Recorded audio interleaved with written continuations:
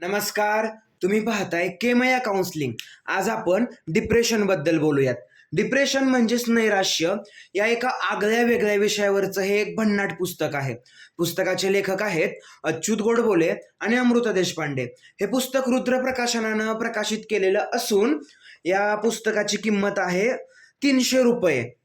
आता किंमत दाखवायला मी पुस्तक उलटं केलं. इथे तुम्ही बघू शकता डॉक्टर आनंद नाडकर्णी, डॉक्टर साधना नातू आणि डॉक्टर नंदू मुलमुले अशा म्हणजे मानसशास्त्र क्षेत्रातील अशा नामांकित व्यक्तींनी पुस्तकाला अप्रुव्हल दिलेलं असून पुस्तकाबद्दल काही नोट लिहिलेल्या आहेत. या पुस्तकात ना अनेक इंटरेस्टिंग गोष्टी आहेत. डिप्रेशनचा इतिहास आहे, डिप्रेशनची कारणं, लक्षणं, उपाय आणि त्यावर मात करणाऱ्या वीरांच्या कहाण्या देखील आहेत. इथे तुम्ही बघू शकता की मुखपृष्ठच किती सुंदर आहे या पुस्तकाचं. आणि एक गंमत सांगू, माझ्याकडे हे जे पुस्तक आहे ते दोनही लेखकांच्या सहीनिशी आलेलं आहे. आता तुम्ही बघा पुस्तकात ना किती छान आणि भन्नाट गोष्टींचा समावेश आहे.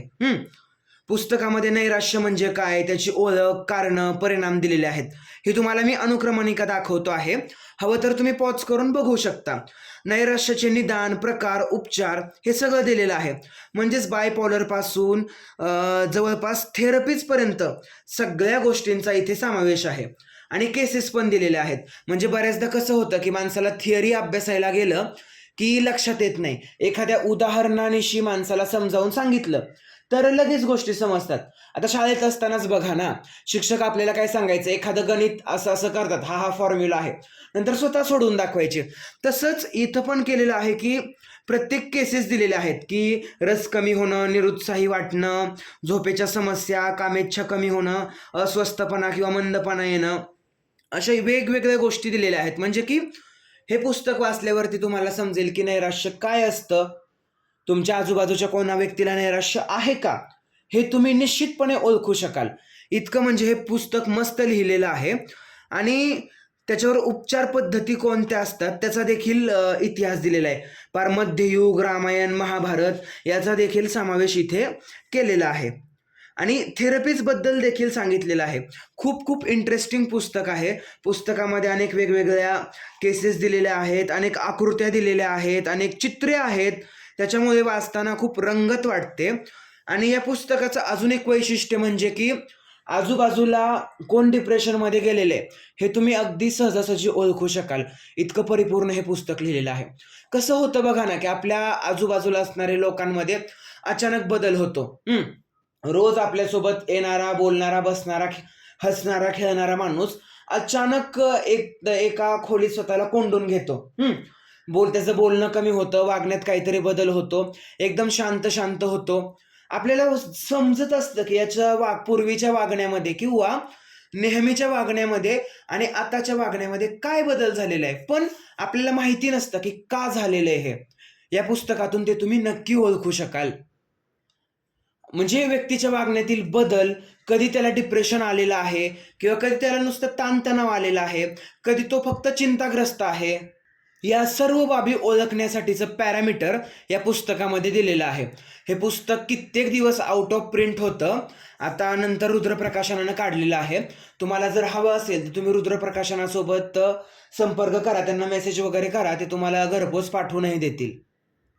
म्हणजे हल्ली हा व्हिडिओ बनवण्याचा उद्देश माझा इतकाच आहे की हल्ली बऱ्याचदा कसं होतं की मेंटल डिसऑर्डरबद्दल एक टॅबो बसलेला आहे सर्वांमध्ये, की मानसिक आजाराचं काहीच नसतं, हे सगळे भ्रम आहे वगैरे वगैरे वगैरे. पण मानसिक आजार ही शारीरिक आजारा इतकाच गंभीर आहे. आणि मानसिक आजाराकडे जर दुर्लक्ष केलं तर भविष्यात त्याचे अनेक असहाय्य परिणाम भोगावे लागतात. म्हणूनच वेळेस तुम्हाला सौम्य डिप्रेशन असेल, सौम्य ताणतणाव असेल किंवा कुठल्याही सौम्य भावनिक अडचणी असतील तर तुम्ही मदत नक्की घेतली पाहिजे.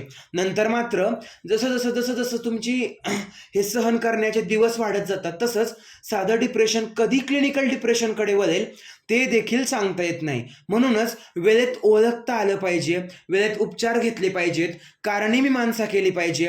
डिप्रेशन का येतं याचा देखील यात दोनही लेखकांनी उहापोह केलेला आहे. म्हणजे आपण समजा बघा ना की आता आपण कारणच प्रिव्हेंट केले डिप्रेशनची तर डिप्रेशन येणारच नाही ना. मुळात म्हणजे की घटना घडतात, त्या घटनांकडे बघायचं कसं, हे आपण बदललं तर आपल्या डिप्रेशनचं किंवा चिंता ताणतणाव येण्याचा प्रमाण खूप कमी होणार आहे. काही शारीरिक लक्षणं पण असतात बऱ्याचदा की व्हिटॅमिन डीच्या कमीमुळे देखील उदास वगैरे वाटतं. हे देखील बारकावे या पुस्तकामध्ये समाविष्ट आहेत. इतकं हे परिपूर्ण पुस्तक आहे. यात उपचार पद्धती सांगितलेल्या आहेत, त्यांचा इतिहास सांगितला आहे आणि पुस्तकांमध्ये ना अधेमध्ये खूप सारे गमतीशीर किस्से टाकलेले आहेत. काही किस्से असे विचारमग्न करणारे आहेत, तर काही हास्यास्पद देखील असे किस्से आहेत, की बाबा माणूस विचार करतो किती इंटरेस्टिंग आहे या माणसाबद्दल घडलेल्या गोष्टी वगैरे असं देखील आहे. तुम्ही हे पुस्तक वाचताना फार फार एन्जॉय कराल, इतके मस्त हे पुस्तक आहे. तर मग नक्की हे पुस्तक वाचा आणि आपल्या आजूबाजूला कोणी डिप्रेशनमध्ये असेल, कोणी डिप्रेशनमध्ये जायला लागलेलं असेल किंवा कोणी एकदम तीव्र डिप्रेशनमध्ये हे असेल, ते तुम्हाला चुटकीसरशी ओळखता येईल आणि वाचून फक्त थांबू नका. असे कोणी आजूबाजूला तुमच्या लोक दिसत असतील, तर त्यांना उपचार मिळवून देण्यासाठी तुम्ही नक्की प्रयत्न करा. हे देखील आम्ही या व्हिडिओच्या माध्यमातून तुम्हाला आवाहन करतो. चालेल, भेटूया मग एका नवीन व्हिडिओमध्ये. असेच नवनवीन व्हिडिओ पाहण्यासाठी आपल्या चॅनलला सबस्क्राईब करा. भेटूया लवकरच. तोपर्यंत नमस्कार.